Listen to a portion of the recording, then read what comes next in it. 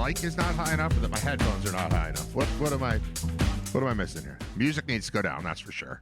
And then I guess this kind of sounds okay. It sounds a little wrong though. Sounds got the mic really jammed there. Maybe it's just the headphones. All right. Hey, what's up? I'm injured, man. This sucks. So I mentioned it yesterday, but it was no big deal yesterday. And now 2 days later, I fell on ice the other day. No like head injury, no breakage, nothing major. Brush burn on my knee that's gross, but it's fine. Didn't even rip my pants. Like everything seemed kind of okay. Once I was lying on the ground on the street, in pain, I kind of assessed it and realized, yeah, this is okay. It's fine. Get back up, drive home. But here we are, 48 hours later. Not quite 48 hours, but this happened at 8 o'clock on Sunday night. I went and picked up my kid from my cousin's house, and then I fell in the street, slipped on ice. My knee was all bloody and gross. But that's okay. I'm not going to put that on camera, but it looks gross. But it's, whatever. It's a brush burn, essentially. But today I woke up and I can't move, man. So I Googled, why am I more sore 2 days after falling than I was yesterday? And here's what it told me. It says you're likely more sore 2 days after your fall because inflammation peaks around 24 to 72 hours post-injury. Now, this is something I told my oldest son, Zach, about because he tried out for his school basketball team this year. And I said, it's going to suck. You're going to hate it. You're going to run way more than you want to. And the next day you're going to get up and you're going to be sore and you have to do it again. But it's really the third day, from my recollection from basketball tryouts when I was in high school. The day 3 is when you just can't move. I've never looked it up. I've never been interested in enough, to seek out actual scientific information on whether or not what I'm saying is true. But I had to look it up today, partially because I'm old. Today is the oldest I've ever been, and also the oldest I've ever felt. So I don't know, in terms of, I'm 51. I turned 51 in November, so now I'm like 51 plus almost 2 months, and this is the oldest I've ever been. I don't know what you guys are up to, what kind of day you're having, whether or not today's the oldest that you've ever been, but speaking like personally, this is the oldest I've ever been, and the worst I've ever felt. Inflammation peaks around 24 to 72 hours post-injury, and your body's natural pain-masking adrenaline is worn off. Yeah, definitely. I've got no adrenaline. None. I've got coffee. It's worn off, revealing deeper micro damage to muscles, ligaments, or tissues, a normal part of healing that intensifies soreness before improving. That's the phase I'm in. Reasons for increasing soreness. Inflammation cascade. After an injury, your body sends fluids and white blood cells to the area, causing swelling and pressure on nerves, which increases pain over time, peaking in days 2 to 3. Yep, here we are. Adrenaline wears off. High stress moments release adrenaline, masking pain initially. Once it fades, the true discomfort emerges. Here's what I know about adrenaline, also related to basketball. I've always found it super interesting and crazy that, like, you're playing basketball, right? And you go up for a rebound, you step on somebody's foot, and your ankle turns. And it's horrible. Your leg doesn't work anymore. Except if you're trying to play basketball. Then it works fine. But then when you try to get back on defense, if you're just casually getting back, if you're running, it's fine. But the second you're not like really trying to do something, it's awful. It's so bizarre. I've always found that to be such a weird phenomenon that I've attributed always to adrenaline. I don't know, physiologically how adrenaline works, but it has always seemed to me that if I'm trying to do something, I don't have time to think about pain, and then the ankle works fine. And then if the whistle blows and we're waiting around for a free throw, suddenly I can't walk again. It's so weird, but I feel like this is an extension of that. It's basically that. Like, When it was actual pain, I was fine. Now that my knee doesn't really hurt, I know there's a problem there. But now the rest of it. Now it's like, oh, I didn't realize I had like muscles in my butt. You know, like both sides. The whole thing, it's killing me, man. The adrenaline's gone. High stress moments release adrenaline, masking pain. Once it fades, the true discomfort emerges. Should be the new name of the show. True discomfort emerges. Micro damage. Falls cause tiny tears in muscles and fibers. Yep. Leading to soreness as the body works to repair them. They call that DOMS, delayed onset muscle soreness. And then it says hidden soft tissue injuries. Damage to muscles, tendons, or ligaments might not be obvious at first, but worsen as inflammation builds. So that's where I am. That's what you've tuned into today. And I thank you for doing that. But, dude, this is not cool. This is not cool at all. When to see a doctor? That's a good question. I don't like my doctor. I have a new doctor, and I don't like him. I saw him once. I might be in the market for a new doctor. If you got any good doctors out there want to deal with this, deal with whatever I got going on, get in touch, because I don't know to come to you. And I don't like the new guy. My old guy retired. I got a thing in the mail.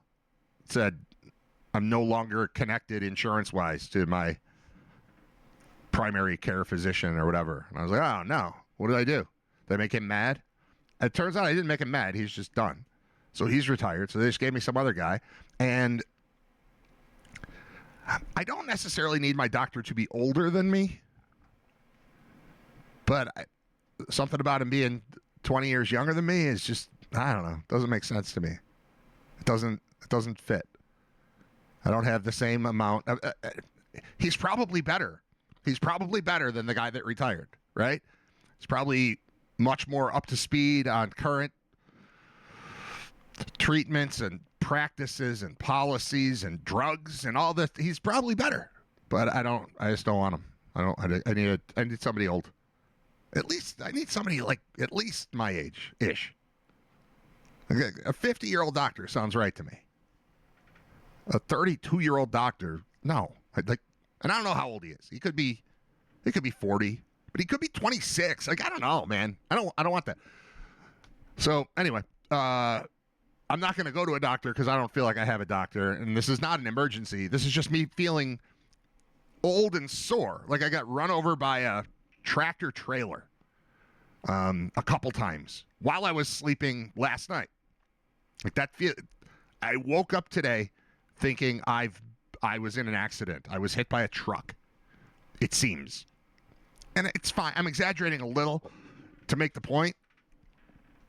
But everything hurts, man. Everything. And that's not cool. So here's when it tells me to see a doctor.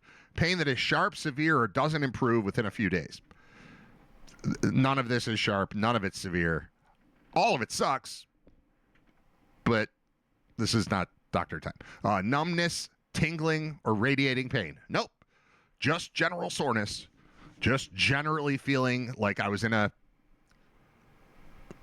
fist fight with a rhinoceros. I don't know. Like something. It's bad. I don't like it. Dizziness, no. Severe headaches, no. Cognitive changes.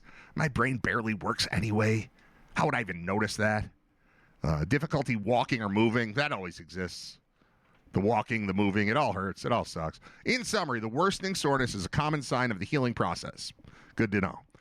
But monitor your symptoms closely and seek medical advice if you have any concerns about a more significant injury. All right, I will. I don't know who I'd seek it from because I don't like my doctor. I don't even know his name. Went to him once. We were 5 minutes into the appointment, and I thought, I'm not coming to this guy again. No way. I still might because I'm lazy and not interested in seeking anyone else out. So that could happen. The Sabres won again?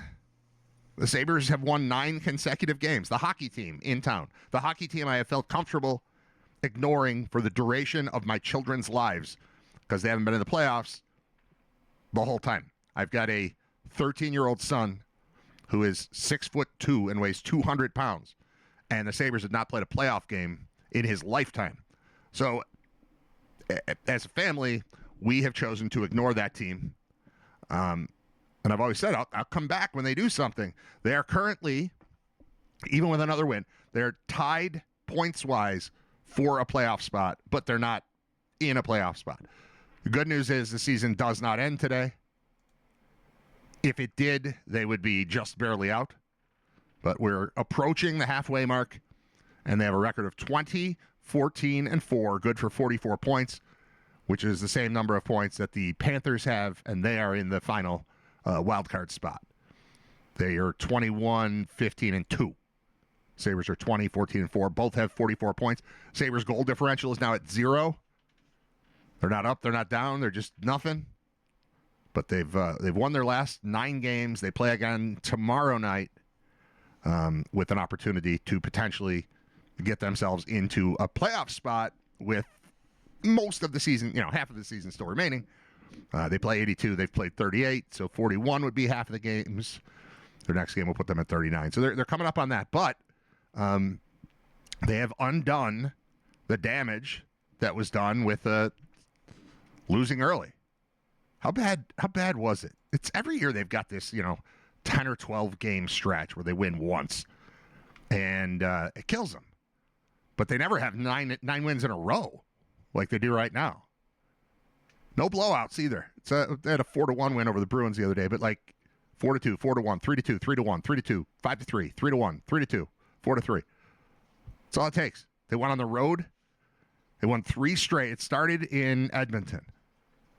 They won in Edmonton, then in Vancouver, then in Seattle, came home and won twice. Then they won in New Jersey and in Ottawa, home against the Bruins, at St. Louis yesterday, at the Dallas Stars tomorrow night, 8 o'clock, New Year's Eve game. Lindy Ruff coaching against his former team. 2 teams ago for him, but still. So there's a little something there. I'm trying to find how bad did it get this year. I'm sure there was a stretch. Yeah, there it is. 1, 2, 3, 4, 5. They lost 5 in a row. They lost 8 games out of 9. When you lose 8 games out of 9, you need a 9-game winning streak to set it back. And they've done that. And they've been okay other than that. And this is when I had Paul Hamilton on the show last week. This is kind of what we talked about. Every time I tune in, they seem all right. They don't seem great.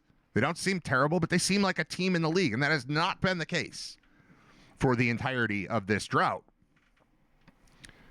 Very often, it looks like they are playing a different sport than the teams that are actually competing for the cup. And it doesn't look like that this year, so I was like, what's up? And Paul, at the time, they had won, I don't know, maybe they had won 4 in a row when I talked to Paul. He's like, they've got to get this, they needed 10 in a row. If they get 10 in a row, they're going to be back in the conversation. Well, they've got 9. And they're back in the conversation, and it's awesome. But I don't want to pester Paul again. We just had Paul on. I don't have another hockey person right now. Once football's over and John Warrow becomes hockey guy for AP, then we can have him on, because we did this multiple times last season, where the Sabres would win 3 games in a row, and I'd call him and be like, "Hey, John, is this anything?" And he'd say, "No, it's not." And then we would talk about music. We talk about the Rock and Roll Hall of Fame or the Grammys or whatever. 10 is something. Well, 9. 9 and 10 are the same, right? Message here from Mike. Last time I played a Turkey Bowl game, the next day was like I played a full season in the NFL. Yeah, that's what I'm talking about. I fell on the... I don't recommend falling on a street at all, icy or not. That's all I did. I slipped. Smacked down. I caught myself a little bit. I got right here hurt, I don't know if you call that the heel of your hand, but I kind of caught myself on that. When I fell, I kind of went left. So my knee got all bloody. You want to see my bloody knee? I could show it to you. I'm not gonna do that. It's gross. So that's the thing that I was most worried about was, oh no, what if I bleed out and die? I wasn't going to bleed out and die. But my pants were sticking to my leg when I was driving, and I could smell the blood and taste the blood. I couldn't see the blood. But then when I got home, I looked at it, and it was gross. But I cleaned it. I put Neosporin on it. I put a giant Band-Aid on that didn't stick at all. And since then, I've just been... It's fine. It's on the part of the body that bends. So the scab won't just form. It just kind of Every time I move, it sucks. Like yesterday, I sat in this chair for 2 hours doing the show. And when I got up, I went, ah! It hurt a lot because I kind of undid the settling that had happened on my knee. But then this morning I woke up, and I'm not thinking about the knee at all. I'm just thinking about, in general, it feels like I, again, was in a fist fight with a monster. Like it sucks, man. It sucks. Bob Gaughan is going to join us at some point during the show. In fact, that might be moments from now. Let's do that. We're going to hear from Bob Gaughan in just a minute. I'm going to take a break. We're going to play a song or two, and we'll hear from Bob Gaughan. How's that sound? That sounds great to me. Does that sound great to you? All right. Thank you for tuning in. It's episode 234 of Riter Radio. And because I'm doing this myself, oh, no, I just closed the thing. You can't hear any music if I close the thing. I closed the thing. I apologize for that. I also have no locked-in plan for the rest of the week. I'm going to not do a show on New Year's Day, that's for sure. I'm going to maybe do a show tomorrow, and I'm going to maybe do a show on Friday. But the kids are still off. It's still a massive... I don't like these weeks. We're through 1.5 of them. But some of the stuff has been canceled. We were supposed to have basketball tomorrow. Drew was supposed to have basketball today. That got canceled. We were supposed to have Nate basketball, which I coach, tomorrow. And Zach basketball, which I don't coach, but it's going to be together, same gym, like an hour apart. So that was going to preclude tomorrow's show from happening. Now, due to weather, fears of weather, not due to actual weather, just fears of weather. That's where we live in 2025. We cancel things because it might snow. There's no basketball. There is some sort of activity today, but that's at 1 o'clock. That doesn't have any impact on your life, just mine. So I do have to get to the kids somewhere for 1 o'clock today, I think, unless that's been canceled and I have not been informed, but I don't think that's true. So I think we've got that. But yeah, they're not only are they home, they're home and they have activities, and those activities are being canceled. So the whole schedule is just shifting all over the place. And to be quite honest, as my own boss here at Riter Radio, I can just choose to not do a show sometimes, and it makes it easier to not do some shows this week. So I'm not positive. We're doing today for sure. Here I am. We're definitely not doing Thursday. Maybe tomorrow. Maybe Friday. Not positive. See if it makes sense. All right. So next, I understand you probably have. There's a decent chance you're affected by these holidays and kids being off and that sort of thing. So let's keep the date for next Monday, when everything is just back up and running, full speed ahead. It'll be 2026, and it'll be the new starting point here for Riter Radio. No promises for the rest of this week. Is that fair?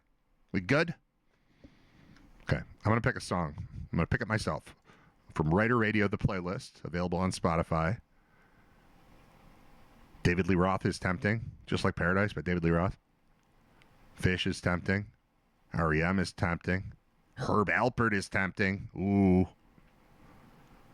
But now we're going Canadian. We're going to go a little Canadian. We'll be right back with Bob Gaughan. Stick around. I'm Brad. It's Riter Radio. Riter Radio continues. It's episode, 2 million? No, 234 is the correct date, or the correct number, the date being 12/30/2025. This might be the last show of the week of the year 2025, but why would you ever do a last show of the year or the week even without talking to Bob Gaughan, our good friend Bob Gaughan, the grinder? What's up, man? Hey, Brad, how you doing? I'm doing great. The weather is not good. It's confusing. It's very confusing to me. And I had to drive my wife's car, so newer car, and I don't know if your car has this, and that is the ability to tell you when you're not in the right lane. No, I don't have that. My car doesn't tell me anything. Right. Well, here's the deal. So my car doesn't have that. So I drive her car, and it's in the bad weather. This is when you need it, though. I need it in the bad weather. Well, I can't see the lane, so help me out, car. Exactly. Yeah. But it can't sense the lanes either. So it wasn't helping me. That's a great point. Yeah. it wasn't helping me when I needed it the most.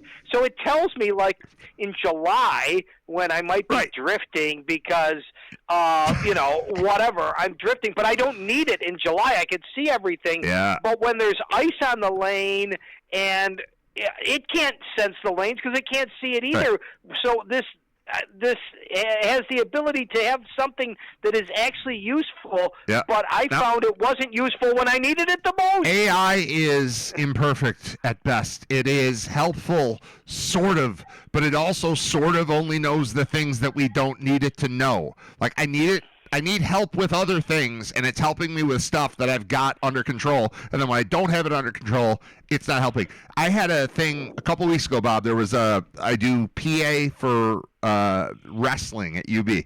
So I parked between Alumni Arena and UB Stadium and like the Merch Family Fieldhouse, that whole thing. I parked there, and I parked based on where everyone else was parked. And I have a truck, like a, regular sized truck. It's not some monster thing, but I have a pickup truck. And I drove and I parked based on how everyone else was parked because of the fact that you couldn't see any lines at all. There was snow on the whole parking lot. By the time I came out, 3 hours later, it had warmed up, snow had melted, a bunch of cars had left. I have never looked dumber than the way my car was parked. It was parked in 4 spots. I was diagonally placed between 4 spots, 2 to the back, 2 to the front, 1 to the left and right. It was horrible. And no amount of AI or assist cameras or anything would have helped. I had to just deal with life. I parked the way that life made me park. It is. I mean, it seems like the technology, some of the technology, I know we talked about this in the past, by the way, they're getting away from this. The touch screen, everything is touch screen. There were a couple of car makers, because so many people like myself hated it, that they're getting away with it. They want to go back to knobs, and things like that. Because that's it doesn't take me 20 minutes to, change from AM to FM or whatever. Right. No, I'm radio on that. Great. So that's going back. So sometimes, again, there is technology. It is helpful in many areas. I'm not this old geezer, man, I still don't own a computer. I'm not that guy. No, I really am. You're trying. I'm trying, but I want things that are helpful. Mm-hmm. And this is something that, oh my God, I'm driving my wife's car. This is going to be helpful. And then it doesn't help me. And it makes me more infuriated than if I didn't have, if I was driving my car and I didn't even have that technology, I wouldn't even brought it up. But the technology supposedly exists, but it's not helpful when you need it. Crazy. We have 2 vehicles, and just to give you an idea, it's about feel. Like, I want to be able to. I know, I've had my truck. It's probably a 2021 truck, so I've had it for 4 or 5 years. I know where all the stuff is. I don't have to look. I've got the feel. We have a van also that is a 2016. So we've had this thing for 10 years. But it's my wife's vehicle. My wife's vehicle is what I tried to say. And I drive it a lot. Like, we're all going somewhere. We take the van because that's why you have it. I've got 3 kids. That's why we use it. But that's when I drive it. She knows it better than I do. But even having it for 10 years, when we're driving, if it's like, this type of weather, and we're leaving someplace, we're leaving a baseball game late at night, I have to ask her to defog the window or the windshield. I don't know. Yeah. I don't know where the stuff is. The radio remote feels like not remote, but the radio dial feels exactly like the heat dial, and it's exactly the fan, and they're all in the same. I don't know, but at least there's something to grab, as opposed to driving. And you're not supposed to look at your phone, but I am allowed to look at this screen to try to touch this thing that says that. Screw that, man. I don't want anything to do with any of that anymore. I want to just get back to life where we hold things instead of just touching things. I will say there is one aspect of her car that I do appreciate, and I wish I had it in my car, and that is because the sensor comes on for me when I have low tire pressure, Yeah. but I have no idea what tire it is, you know? So Yeah. I'm going to, now with her car, with again the newer car, it will tell you exactly what tire is low. Right. That is useful. Yeah. That is absolute. I wish I had that, because what I'm doing is I'm just hunting and pecking. It's like, let's try this. And of course, with all technology now, all the tires none of them look like they're low. No, they're to me. fine. They all look fine. They all look fine. You can't possibly look at it and figure that out. I've got that actually on my truck, which is a 21. I do have that, so I get the little. This is funny. I got new tires maybe a month ago, and I think 2 days later is the day it got cold, and then suddenly the pressure light came on. But mine does have a thing. I have to navigate to it to find it. I bet if I bought a newer truck, it wouldn't have that, but I have to navigate and find it. And I saw, this one's at 38, this one's at 37, this one's at 39, this one's at 32. And I'm like, all right, rear passenger side, got it, and fixed it. But that is very, very helpful, because just saying, hey, you've got one of 4 problems. Good luck. Yeah. And it always happens when it's so friggin' cold outside that filling the tires is a massive pain, and your hands are freezing, and you know whether you have a compressor or you go to a place to do it, it sucks. So having that little piece of information is very helpful. All right, Bills game. Boy, isn't it good to lose a different way? Yeah, if you're going to lose, I'm used to losing and the defense stinks and Josh Allen is great. Right. Hey, wait a minute now. Josh missed. Josh missed. Josh wasn't great, and the defense was great. Yeah. I felt like, oh wow, this is a little different, and it almost, if you're going to lose, I felt like this is a different way to lose. The other thing I felt was that it's not the end of the world, because I almost would rather play New England than in Baltimore. I don't want to play Derrick Henry. I thought the Bills were lucky to win in Week 1, and if he's back to normal, and Lamar and the way he looked on Saturday night, I don't want to play that guy. Yeah. Not that not that going into New England you can't lose either. But if given the choice, going into Baltimore, which I think Baltimore will beat Pittsburgh, maybe I'm wrong, or going into New England, I almost would choose going into New England. I would rather than going into Baltimore. Well, you're clearly making several assumptions, but because it's not like it's. Are they playing Baltimore or New England? There's still a Denver factor. There's still a Baltimore factor. There's a Pittsburgh factor. There's a New England. Obviously, we just said that. There's a Jacksonville thing. There's a lot that can happen, because you can be 7, you can be 5. A couple teams can be 1. A couple teams can be 2. So there's a lot going on. But generally speaking, I only hate Houston right now. And watching. I feel a little better after watching them play this weekend, because I watched them go up 14-0 and be like, oh my God, think of that defense. And they're able to do this. But I don't think they throw on the Bills in that way. And I don't think their defense is the same with the injuries they've suffered. So, but of the teams that scare me, I'm kind of at Houston, which I think is probably good. And then there's a Jacksonville thing where the Bills have played them twice in the playoffs, and both times it sucked. So that's just me. That's not the team. That's not the current situation. But I don't know. When you compare Houston, there is the common thread between Houston and Philly is the elite defensive lines. The Bills' offensive line, to me, looks above average, looks great, except when they're going up against elite defensive lines, and then they don't look elite at all. Right. And that's what happened, I think, against Houston, and that's what happened against Philadelphia as well. They were going up against studs. Yeah, your B plus O line is awesome until you play A plus. Yes, and that's again, you couldn't get the running game going, and then it's all on the passing game, and receivers don't get open, and Josh is still a little banged up, which is another factor. He's got to get healthy. He's got to be able to move in order for Josh to be Josh, and I don't think the last couple of weeks he is, and I think that even affected that last pass, because I don't think his ankle is right. And when it's not right, then he's not nearly as accurate. And again, of course, they would have won the game if they had a kicker. Right. I mean, let's forget about that. Is it the curse of OJ? You know, we put number 32 on the third kicker of the year that we had for 2 weeks. I mean, I don't know. They cut him today. He's gone. They cut or yesterday. They cut. Gone. Yeah, and he should be gone because they had to go for 2, and I don't think anybody had a problem with it because nobody had. Well, that's right. Because honestly, if you just had a regular kicker, if you had, we'll start with Bass, and then we'll move on to Prater, and then we get to Badgley.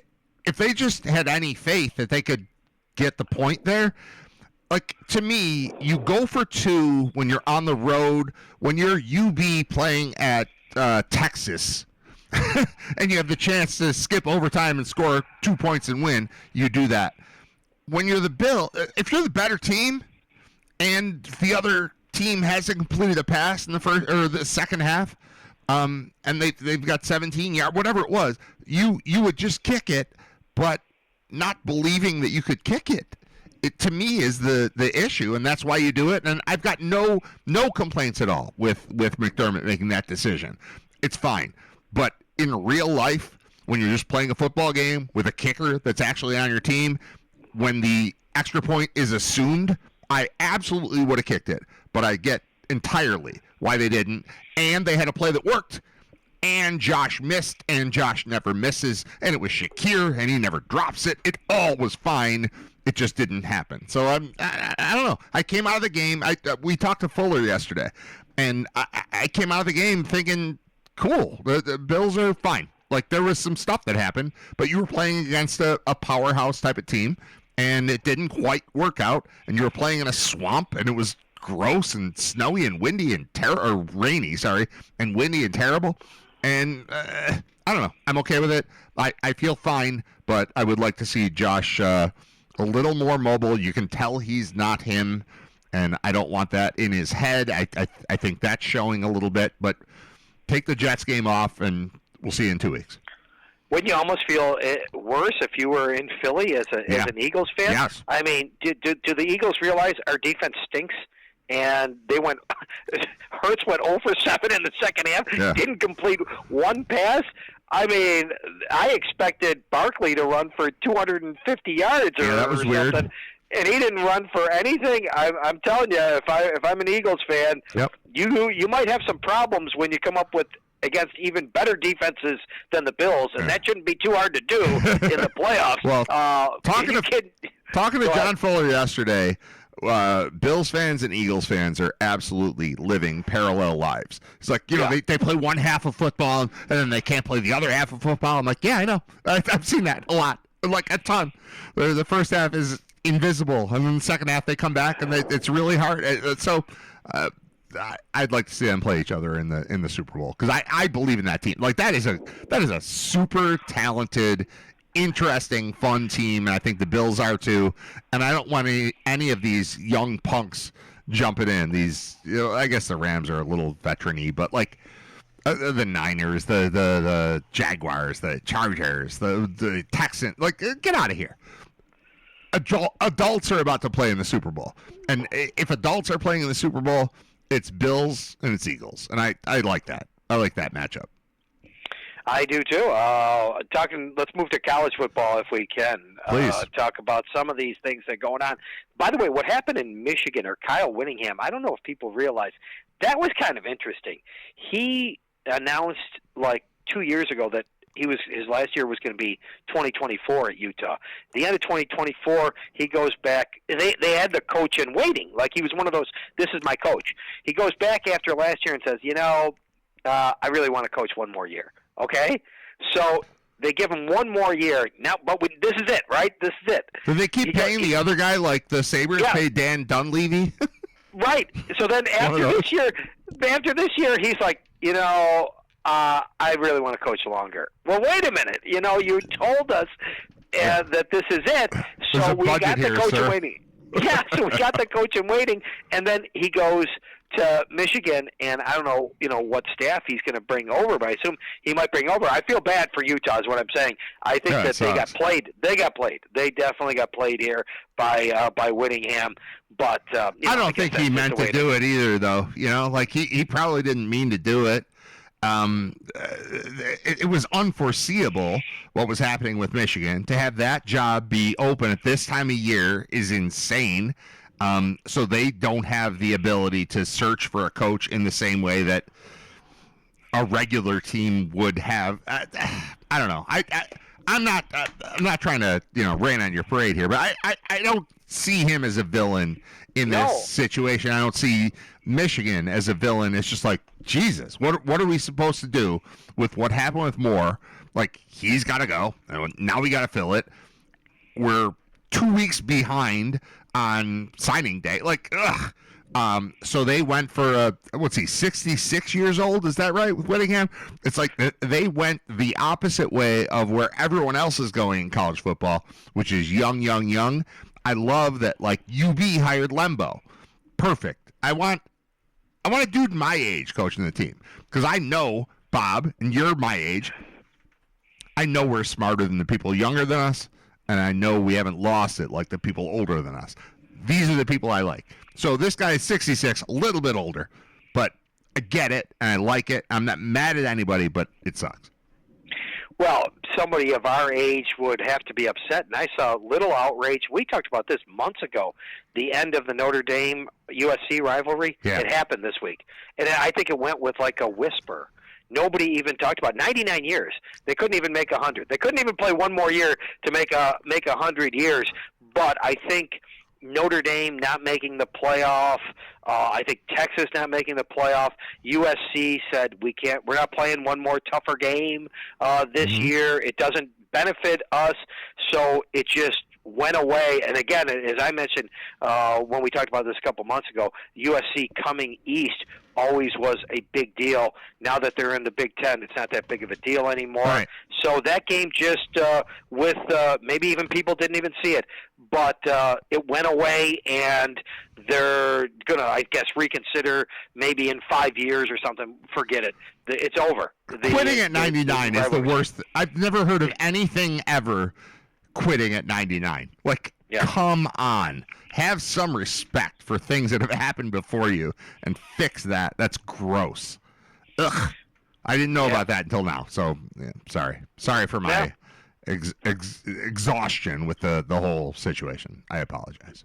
That's all right. By the way, for the playoff, the one thing I would like, and again, there's some great games coming up this week. I think Texas Tech isn't getting the respect. I kind of like Texas Tech over Oregon. Oregon is the favorite, 2.5. You might be able to get it at 3. Oregon, when you look at it, I mean, their two toughest games, they lost to Indiana a couple of times. They beat Penn State. Who cares? I think Texas Tech, in the Big 12 in general, didn't get the respect they deserved. They beat better teams. Just beating BYU a couple of times, I think, was tougher. So I'll take Texas Tech in one of the big games coming up in a couple of days. All right, let me ask you about, real quick, we'll be done after this, but I am very uncomfortable as a not nearly as locked in college football guy as you or Scott Wilson. I'm very uncomfortable with Indiana being the top team in the country. So what am I supposed to think about that team, about that quarterback, about that coach, and about their chances of winning it all? Because, like, there's no part of me that thinks after this tournament that's going to be the team that wins it.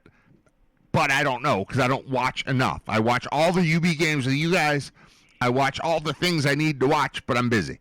So what's up with Cignetti, with the quarterback, with the team?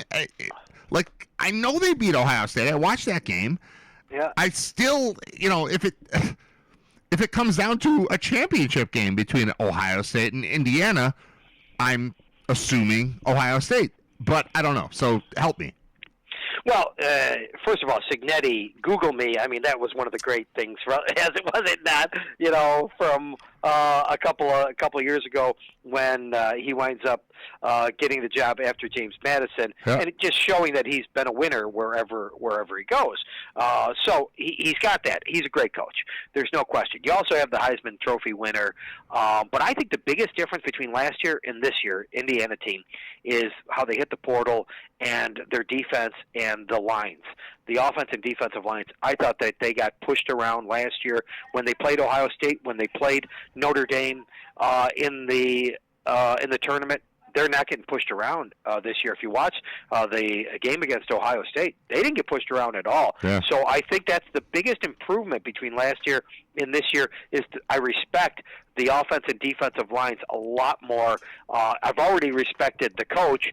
And now I've got the Heisman Trophy winner at quarterback, even though I don't really think he's that great. But I don't think any quarterback is that great. He might be the best of a bad lot when it comes to the draft next year. But do I like him better than I like the Ohio State quarterback? Yeah, probably so. So that's what I got going for. I think I got a great coach. I think I've got the best quarterback, even though it might be close. And I think I've got offense and defensive lines that can finally compete where I didn't think they could compete last year. So they got a shot. That's for sure. But it feels crazy that Indiana is in the conversation. Like what are we talking about? We've never. You're older than me by a couple years. Has Indiana football ever been a part of your conversation? Ever? No. The last time they were in the Rose Bowl was the year I was born. 1967. Okay. So that's how long it goes. No, not in my lifetime. Not in my lifetime have they been relevant. Right, and good You're for them. absolutely right. I appreciate that. Good for them. That's cool. But it just makes everything seem crazy, as everything is always changing, and then that changes, and now it's like, oh yeah, Indiana's the best. And I assumed Ohio State would beat them, and they didn't in the Big Ten championship game. But they didn't. So here we are. All right. Good enough. Well, that's the way it is in college football. Now we have to. Our whole lives, we thought about certain things. We've talked about the traditions. Well, there's no way Ohio State would lose to Indiana. Yeah. But everything's upside down now with the NIL, with the transfer portal, and it's crazy. And you would think Curt Cignetti, well, let's take it one step further. Curt Cignetti stayed at Indiana rather than taking the Penn State job or wherever. Right. That's ridiculous. That would never have happened in our lifetime. It would never have, and it did. And he's staying there because he thinks, so this is important, he thinks he's got just as good of a chance of winning at Indiana as he does at Penn State or any of the other jobs that were open. Well, so why would you ever leave a place where you're number one in the friggin' playoffs? Like you're the one seed. Why would you? You're in the best spot. You're doing it fine. Right? Like what could, I guess, money could convince you? But why would you leave that? Why would you leave? You did this. Cignetti did this. Why would he leave that? Like, there's no reason for it. Like, we're number one. We beat Ohio State. Like, let's just. What's the best job? All right, all of college football. What's the best? If every coach got fired today, what's the best job? Probably Ohio State. Like, probably or Bama. Probably Ohio State. This guy just beat them. How are you going to talk him out of leaving the place he's in to come to your place where he just beat Ohio State? He's won. Well, but bear in mind, it's the championship or nothing now, which I don't know. Well, if you're at Michigan, if you're at Wingham, he knows you better make the playoff because if you don't make the playoff, you're getting replaced. If you're at Ohio State, you don't make the playoff, you're getting replaced. See, I don't know at Indiana. If he doesn't make the playoff next year, I don't think Cignetti's getting replaced. If Clark Lee doesn't make the playoff, he's fine with Andy. Yeah, he's fine. So maybe that's where they're looking and saying, you know what? In this crazy, I got a little more wiggle room here than I would if I did take the Penn State job or the Michigan job. Right. So that's why he stayed too. Right, and that also, and I'm not trying to keep you on the phone forever, Bob, but that's also why having Pete Lembo is pretty cool at UB, because I think he gets all of that. There's all of this shifting that's happening, and he's just like, you know what? I would like to establish kind of an old school just loyalty system here and be around. And that's who he is. So had the Bulls won, 4 more games this year, and he was eligible to be one of these people or, attractive to large programs, I think that's a part of it. The whole system is about keeping I don't know, people together. And I think that's what Pete is. So I didn't mean to twist this into a UB thing, but I kind of did, and I kind of lost my train of thought too. But it's old school, though. No, I totally understand. It's, in this day and age when everything's going one way, you're going back to old school. You're talking about, commitments. One of the reasons why when it comes to bowl season, I pick a lot of the bowl seasons. I always pick Army and Navy. Why? Yeah. Because I know who's going to play. Everybody. And I know they're going to give an effort, right? But again, last year, what was the third team that brought the same team in late November to the bowl game? It was UB. So Pete Lembo was doing something old school, and that has to be respected. That the guys respected the program enough where they were going to play. Everybody was going to play in the bowl game. So yeah, I know I love what Lembo is doing because it is kind of the way I want it to be. And it's the way it was, and it's the way that very few people are doing it now. Yeah. We can be unique by being old school. And I think that's kind of cool. All right. Thank you, Bob. We'll talk to you next week. Yeah, you got it. All right. Thanks, Brad.